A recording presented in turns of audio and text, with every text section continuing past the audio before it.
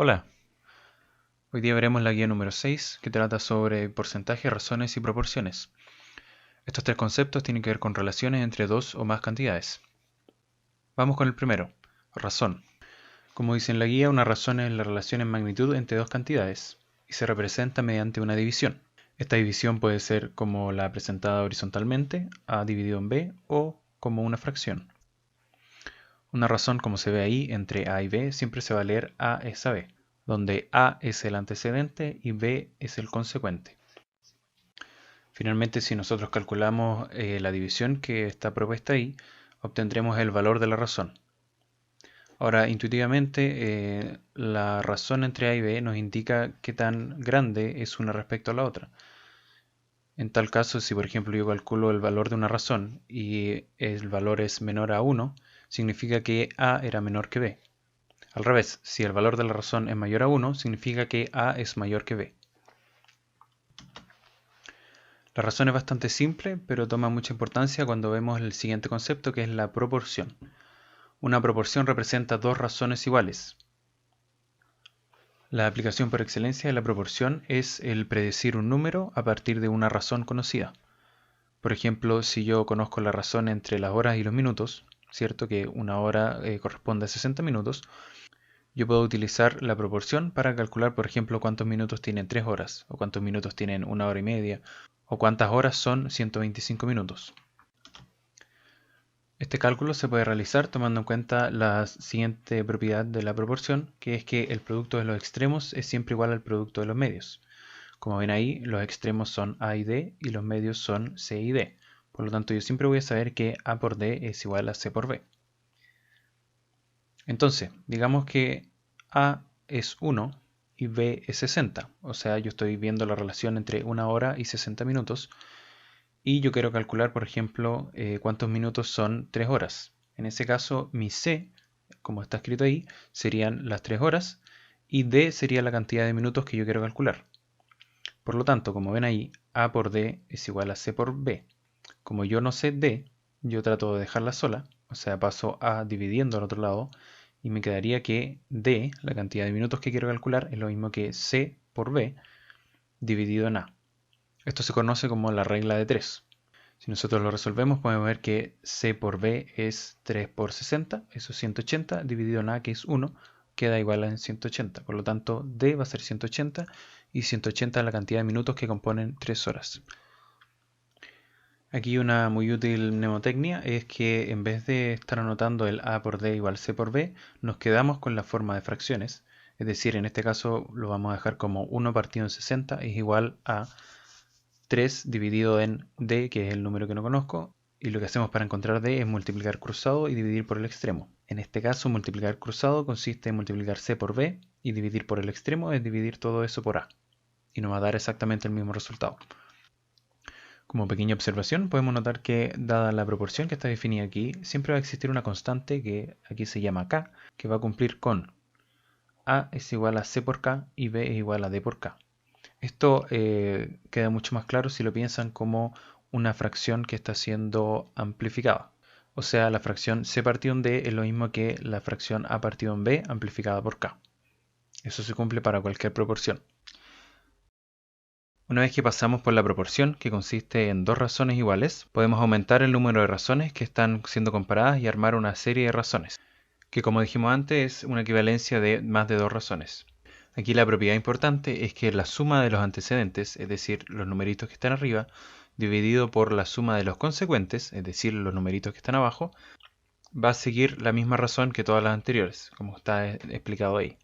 Por ejemplo, si yo tengo 2 cuartos y los comparo con 3 sextos, estos van a estar en la misma razón que 2 más 3 dividido en 4 más 6, que es lo mismo que 5 décimos. Y todo esto, si calculamos el valor de la razón, es igual a 0,5 o 1 medio. Entonces, con las proporciones conocemos cómo se relacionan dos o más valores. Veamos qué pasa cuando estos valores comienzan a cambiar, por ejemplo, con respecto al tiempo. En este caso, estos valores serán variables y en general los denotaremos como x e y. Dependiendo de cómo cambie y, por ejemplo, respecto a algún cambio en x, vamos a definir si la proporcionalidad es directa o inversa. Vamos a estar frente a un caso de proporcionalidad directa cuando vemos que si x aumenta, y también aumenta. Al mismo tiempo, si x disminuye, y también va a disminuir. Un ejemplo de esto son, por ejemplo, las horas y los minutos. La cantidad de horas es directamente proporcional a la cantidad de minutos. Es decir, si yo veo una mayor cantidad de horas, obviamente voy a ver una mayor cantidad de minutos. La proporcionalidad directa se representa como un cociente entre las dos cantidades. Como está escrito ahí, x partido en y es igual a k. El hecho de que si x aumenta implique que y aumente, tiene que ver con que si se fijan, esta fracción tiene que dar siempre un mismo valor, que es k. Por lo tanto, si x aumenta, y tiene que aumentar en la misma cantidad. Esto puede ser análogo a una amplificación, de nuevo, y si pensamos en el caso de las horas y los minutos, donde x son las horas y y los minutos, yo podría tener 1 dividido en 60, donde 1 es una hora y 60 son los 60 minutos. Y si por ejemplo yo quisiera ver cuántos son 3 horas, yo tendría que amplificar por 3, ¿cierto? Arriba el 1 por 3 y abajo el 60 por 3. Y ahí yo sabría que para 3 horas tengo 180 minutos. Por otro lado, vamos a estar en presencia de proporcionalidad inversa cuando un aumento de x implique una disminución de y al revés, una disminución de x implique un aumento de y. Esto se representa como una multiplicación de ambas cantidades, es decir, x por y igual a k.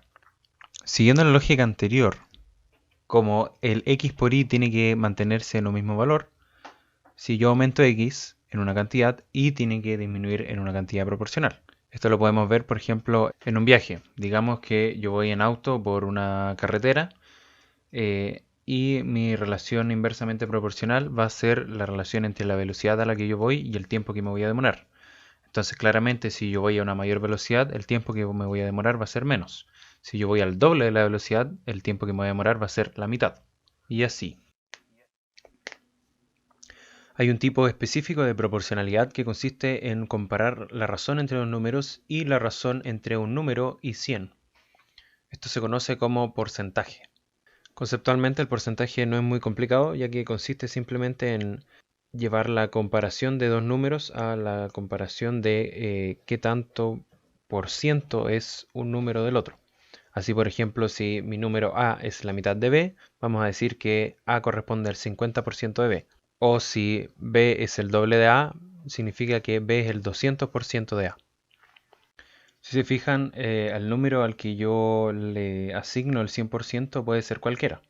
Lo importante es ser coherente. En este caso, en la primera comparación, yo digo que A es la mitad de B, por lo tanto B es mi 100%, y ya que mi B es mi 100%, el A es el 50%, ya que es la mitad. Por otro lado, si yo digo que B es el doble de A, yo estoy diciendo que A es el 100% y que por lo tanto, como B es el doble, B va a ser 2%, 200%.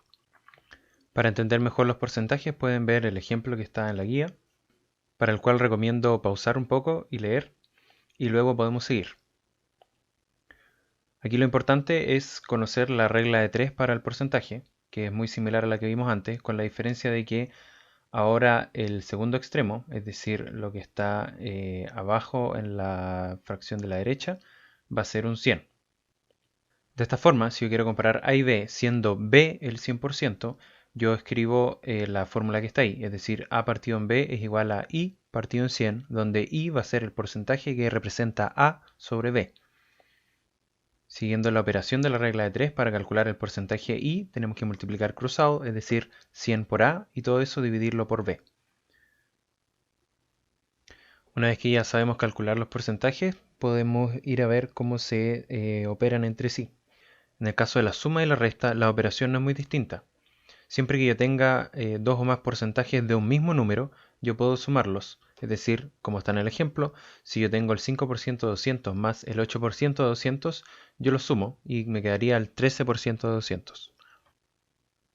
Lo que sí es un poco más complicado es cuando yo calculo el porcentaje de un porcentaje. Esto se resuelve, como se puede ver en la guía, dividiendo cada porcentaje por 100 y multiplicando todo. Es decir, si yo quiero el 5% del 10%, yo multiplico 5 dividido en 100 por 10 dividido en 100. Esto me va a dar 0,05 por 0,1. Y al multiplicarlo voy a obtener 0,005, lo que corresponde al 0,5%. Las operaciones entre porcentajes se pueden hacer muy fáciles si aprendemos a representarlos como un número decimal. Es decir, nuestro 100% es el 1 y todos nuestros porcentajes van a estar en relación a eso. Por ejemplo, el 50% va a ser 0,5, el 75% va a ser 0,75 y así. Entonces, con esto en mente, por ejemplo, si queremos sacar el 50% de 23, lo único que tenemos que hacer es multiplicarlo por 0,5, que es la representación decimal del porcentaje. El último tema de esta guía corresponde al interés. El interés corresponde a una tasa de cambio, en general de una cantidad de plata o dinero, en el tiempo. En general, los problemas de interés consisten en plata guardadas en bancos, los cuales aplican cierto interés al dinero guardado. El aplicar un interés consiste en que, dada cierta cantidad de plata, yo agrego un porcentaje o una fracción de esta plata a la cuenta o a la deuda. Como estamos viendo interés simple, esta cantidad de plata va a ser fija y va a ser una fracción o porcentaje del monto inicial. Veamos el ejemplo de la guía. Nuevamente les recomiendo pausar el video y leer el problema para luego continuar. Entonces aquí lo importante es que tenemos un monto inicial igual a 100 pesos y nuestro interés es del 3% mensual. Es decir, cada mes vamos a sumar a nuestra cuenta el 3% de nuestro monto inicial, que son 100.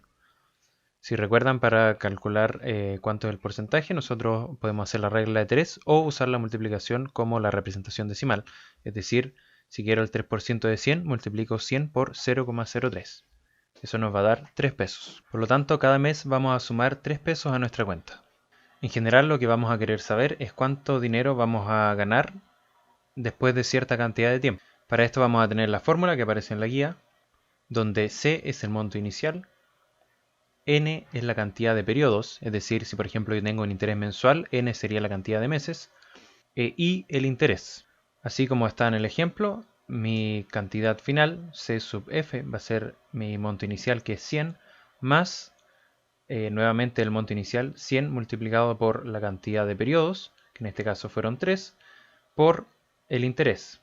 Recordemos que el I dividido en 100 es la representación decimal del porcentaje. O sea, tenemos 100, que es el monto inicial, más 100 por 3, que es la cantidad de periodos, por 0,03, que es el interés.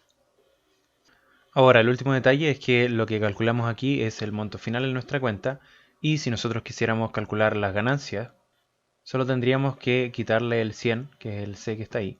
Por lo tanto, nuestras ganancias serán los periodos multiplicados por el interés por el saldo inicial.